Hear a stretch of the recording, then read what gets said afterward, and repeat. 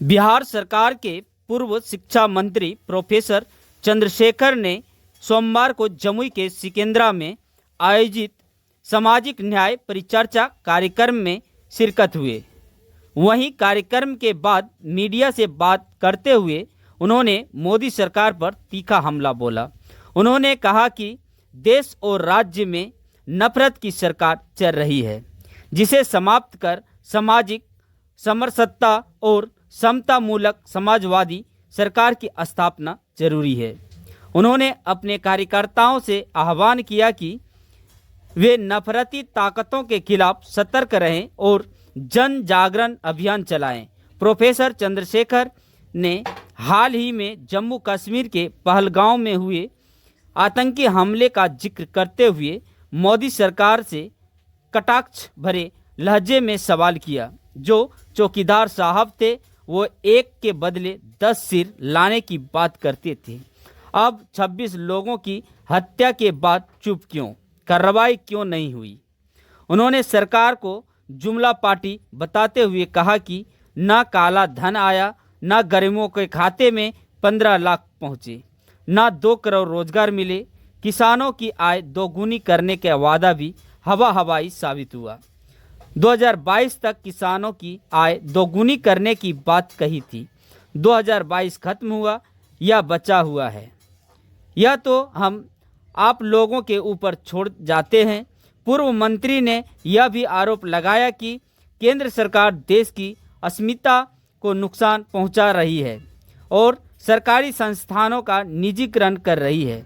कार्यक्रम में आरजेडी अल्पसंख्यक प्रकोष्ठ के प्रदेश अध्यक्ष अनवर आलम, पूर्व विधायक समता देवी, मधु मंजरी कुशवाहा, पूर्व मंत्री विजय प्रकाश त्रिवेणी यादव, जिला अध्यक्ष राजद समेत कई नेता व कार्यकर्ता मौजूद थे। नफरत का माहौल बना रही है।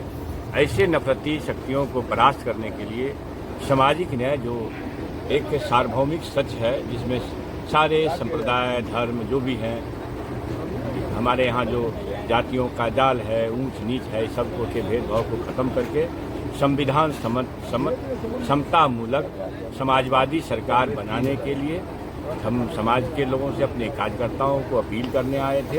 और सामाजिक न्याय परिचर्चा, गोष्ठी, संगोष्ठी, इस तरह की चर्चाओं से हमारे पार्टी के कार्यकर्ताओं में एक समझ बनेगी। हर ढंग की चर्चाएं हुई, जहां सामाजिक न्याय पर वैचारिक चर्चा हुई, वहीं सांगठनिक मजबूती पर चर्चा हुई, वहीं चुनावी प्रबंधन पर चर्चा हुई, क्योंकि सामने चुनाव भी है और नफरती सांप्रदायिक ताकतों को परास्त करना है। बिहार में बिहार क्रांति परिवर्तन की भूमि है और मैं उम्मीद करता हूं कि पिछले चुनाव में 2020 के चुनाव में प्रपंच से और छल से लोग जीत पाए थे। मात्र लगभग 12,000 वोट से डिफरेंस रहा था, तो उसको पाट करके हम लोग इस बार कम से कम पार्टी के जो मत पड़े उसमें हम लोगों को अप्रत्याशित जीत मिले। इसके लिए समाज को, कार्यकर्ताओं को जगाने इस बार सर पहलगांव में जो इतने बड़े हमला हुए उसमें आज तक केंद्र सरकार कोई बड़ी कार्रवाई नहीं कर पाई। सर इस पे क्या कहेंगे? ये एक के बदले 10 सिर ला रहे थे, कौन रोक रहा है भाई? आज एक 12वां साल होगा आने वाला है कि आप चौकीदार साहब जो देश के हैं वो कहते थे एक के बदले 10 लाऊंगा, तो 26 गया तो 260 आना चाहिए। अब तो 15 दिन पखवाड़ा बीत रहा है, रोक कौन रहा है? देखिए, लोग जुमला पार्टी है, देश के अस्मत को, किस्मत को उजाड़ने वाले लोग हैं। इन लोगों से न तो रोजगार का भला होने वाला है, न किसान का भला होने वाला है, न देश का भला होने वाला है। ये लोग नफरत वो करके हमारे देश की ताकत को कमज़ोर करना चाहते हैं। मैंने ये विभाजनकारी ताकत है, इससे लोहा लेना हम सभी देशवासियों का पुनीत कर्तव्य है। सर इस बार वक्फ बोर्ड पे काफी हंगामा चल रही। कल भी जम्मू जिले में काफी बड़े पैमाने पे हंगामा हुआ था, विरोध हुआ था। हंगामा नहीं हुआ, विरोध हुआ था। आप पत्रकार हो गए, जी विरोध हंगामा कहिएगा, ये प्रतिरोध हुआ। जी विरोध हुआ। किसी भी अन्याय और जुल्म का प्रतिरोध करना ये हमारे समाज के लोगों का धर्म है। हर जगह हुआ है। तमाम हिंदू, मुसलमान, सिख, ईसाई सभी धर्मों के लोग ने इस अन्याय के खिलाफ अपना शक्ति प्रदर्शन किया, विरोध प्रदर्शन किया। आपको मालूम है कि ये जो जुमला पार्टी है और ये जुमलेबाज नेता लोग हैं, 2-2 करोड़ नौकरी दे रहे थे वर्ष से बरस, सारे सरकारी उपक्रमों को निजी कर रहे हैं। निजी उपक्रमों में सरकारी नौकरी का कोई जगह नहीं है। एक बात दूसरा है कि 2022 तक किसानों की आय दुगुनी कर रहे थे। अब 2022 है, बचा हुआ कि गया तो आप पर छोड़ता हूँ, देशवासियों पर छोड़ता हूँ, हैं। तो इस तरह से एक के सिर बदले 10 सिर ला रहे थे। सीमा सरहद की चौकसी कर रहे थे।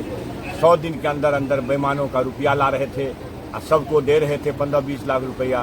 बेईमानों का पैसा और विदेश में भर गया है, उससे कई गुना ज़्यादा। तो ये लोग कुछ नहीं, ये नफरती माहौल बना करके, सांप्रदायिक माहौल पैदा करके अपना वोट सेकना चाहते हैं और लोगों को इसको जन कल्याण या देश की ताकत से कोई मतलब नहीं। इस बार सर महागठबंधन में जो सीट है वो किस पार्टी के झोले में जा रही है? कुछ अभी देखिए, ये तो पार्टी के नेता लोग तय करेंगे, इसमें हमारा अख्तियार है कुछ करने का। ये पार्टी हमारी लीडरशिप कमेटी बनाती है, तय करती है, और जो महागठबंधन का एपेक्स कोर कमेटी है उसमें ये मामला तय। साहनी जी 62 सीट पर दावा ठोक रहे हैं और सिकंदरा विधानसभा को क्या इस बार राजद चाहेगी अपने खाते में लेना? देखिए, तो हर पार्टी अपने अपने प्रयास करती है। जब महागठबंधन पार्टी है, हमारी पार्टी चाहती है कि नहीं चाहती है, क्यों नहीं चाहेगी कि हम ज़्यादा सीट पर लड़ेंगे, हमारे नेता क्यों नहीं चाहेंगे ज़्यादा सीट पर लड़ेंगे।